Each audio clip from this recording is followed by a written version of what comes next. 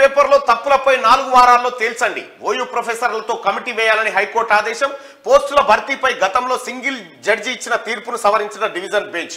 కమిటీలో జేఎన్టీయూ ప్రొఫెసర్లు ఉండొద్దని రిక్రూట్మెంట్ బోర్డుకు ఆదేశం. కానిస్టేబుల్ ఎగ్జామ్ పేపర్లో తప్పులపై హైకోర్టు కీలక తీర్పు వెలువరించింది. గతంలో సింగిల్ జడ్జి ఇచ్చిన తీర్పును డివిజన్ బెంచ్ సవరించింది. దీనిపై ఓయూ ప్రొఫెసర్లతో కమిటీ వేసి 4 వారాల్లో తప్పులను తేల్చాలని ఆదేశించింది.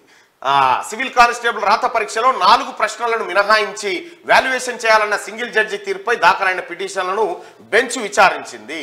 విచారించినటువంటి నేపథ్యంలో ఒక ప్రత్యేక కమిటీని ఓయూ ప్రొఫెసర్లతోనే ఒక కమిటీని వేయాలని చెప్పి నిన్న చెప్పడం జరిగింది డివిజన్ బెంచ్. ఈ డివిజన్ బెంచ్ ఇంకొక అడిగి ఏం చేసిందంటే 4 ప్రశ్నలను మినహాయిస్తూ మిగతా ప్రశ్నలను క్యాలిక్యులేట్ చేయాలని సింగిల్ బెంచ్ ఇచ్చినటువంటి తీర్పును డబుల్ బెంచ్ సవరించింది.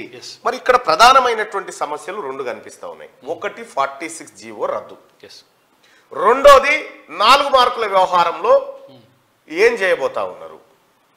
ఈ 2 ప్రధానమైనటువంటి చిక్కుముడి లెక్క ఉన్నాయి. మరి దీన్ని ఓయూ ప్రొఫెసర్లు ఎట్లా సవరిస్తారు? పాత జీవో ప్రకారమే తీసుకొస్తారా, లేకపోతే జీవో 46 అనుగుణంగానే నియామకాలు చేపడతారా, ఎట్లా చేస్తారు అనేది చూడాల్సినటువంటి అంశం. వాస్తవానికి కోర్టు కూడా ఏమీ చేయలేక మీరే న్యాయం చెప్పురని ఓయూ ప్రొఫెసర్ల దగ్గరికి తోలినట్టుగా అనిపిస్తా ఉంది. జేఎన్టీయూ వాళ్ళు ఉండొద్దని కూడా చెప్పింది. కారణం ఏంటంటే ఈ పేపర్ తయారు చేసిన వాళ్ళు జేఎన్టీయూ వాళ్ళు తయారు చేసిన పేపర్లలో అసలు యాక్చువల్గా ఇంగ్లీష్ ఉంటుంది కదా, తెలుగు ట్రాన్స్లేషన్ ఉంటుంది కదా, ట్రాన్స్లేషన్ వేయకుండా డైరెక్ట్ పెట్టేసినట. వాళ్ళకి మరి మినిమం తెలుగు తెలియదో ఏందో తెలియదు కానీ అట్లా పెట్టేసినట. పెట్టేయడం వల్ల చాలా గందరగోళం ఉన్నది. ఇంకో 9 ప్రశ్నలకు కూడా సంబంధించి ఒక 4 గత కొన్ని రోజులుగా ఇదే ఆందోళన అభ్యర్థుల్లో. జీవో 46కి సంబంధించిన ఆందోళన, లేకపోతే ఈ 4 ప్రశ్నల ఆందోళన కానిస్టేబుల్ అభ్యర్థుల్లో చాలా ఉండే. ఇక్కడికి కూడా కుప్పలు తెప్పలుగా ఆఫీస్ కాడికి వచ్చేది.